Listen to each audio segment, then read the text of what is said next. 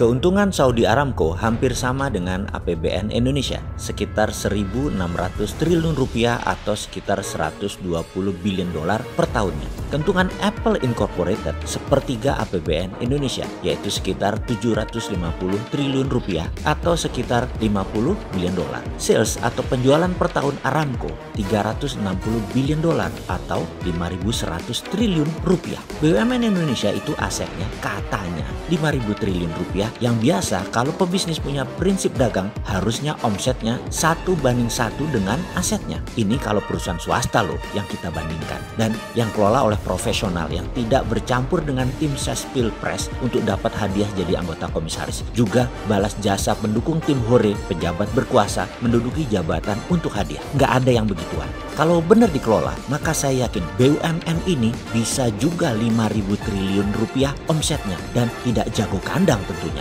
merambah ke luar negeri. Saat ini cara pengelolaan BUMN ini agak lucu. Masa BUMN lihat rakyat Indonesia sebagai pasar? Ya geblek aja kalau begitu. Rakyat Indonesia itu aset, bos. Yang namanya pasar itu di luar negeri. Bisa nggak mikirnya kayak gitu? Bisa nggak mindsetnya seperti itu? Rakyat aset, bukan market. Jangan menjual produk BUMN ke rakyat dengan harga mahal. Jangan paksa rakyat dengan produk BUMN yang tidak ada pilihan. Jangan buat rakyat bergantung kepada BUMN. Jangan buat BUMN ambil sisi hulu yang membuat UKM ditekan atau tertekan di sisi hilir. Buat apa ada BUMN kalau kayak begitu? Inilah salah kaprahnya pengelola BUMN di bawah kementerian yang sangat manja dengan regulasi-regulasi yang melindungi mereka dan dana APBN. Sudah kayak begitu, nggak bisa 1:1 lagi asetnya dengan salesnya. Apa itu maksudnya 1:1? Ini harus diterangkan karena mungkin sahabat sudah tahu, tapi buzzer nggak paham. Ini yang harus dijelaskan biar buzzernya pinter sedikit, komennya jadi bermutu. Sederhananya begini, kalau kita pebisnis, aset kita yaitu modal plus alat usaha dan lain sebagainya, katakanlah 500 juta. Kita punya penggilingan padi.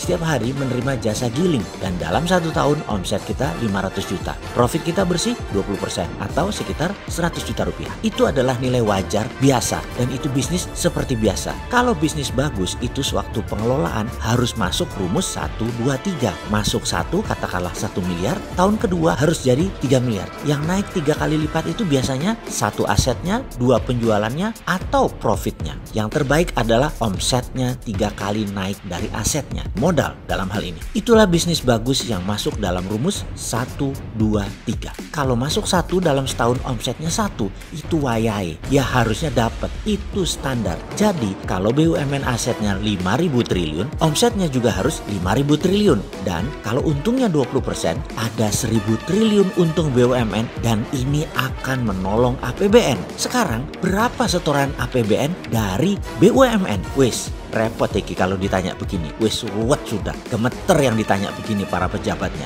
Kalau punya hati sih, wis kelihatan sudah asli nih. Jadi bagaimana ke depan ini BUMN? Mana nih sudah setahun jabat, sudah berapa banyak setoran APBN ke BUMN? Loh, kok APBN setor ke BUMN ya? Bukan harusnya sebaliknya, BUMN setor APBN. Kok masih netek sih? Kok bukannya nyetor malah minta disetor? Kok enak ya? Maaf nih bro, namanya pelayan publik pejabat itu ya. Jadi wajar kalau ada yang nanya. Bukan oposisi loh ya, maklum fans dirimu apa juga yang kamu perbuat itu bilangnya bagus. Kalau kita kan netral, Anda ya harus melayani sisi liar dari harapan publik lainnya yang bayar pajak, minta performa Anda. Mangkel loh yang bayar pajak lihat APBN tidak perform, APBN malah buat nyetor BUMN yang nggak perform. Kalau nggak perform ya kita ingetin, kalau mau tahu caranya bisa meningkatkan omset dan profit BUMN ya mbok kabar-kabaran, nanti kita kasih tahu, kita tolong. Tapi tutup dulu 500 BUMN anak dan cucunya dulu. Nanti enak deh kita ngomong. Menutup itu bikin efisien biaya loh bos. Walau tim hore yang nggak bisa kerja banyak kecewa.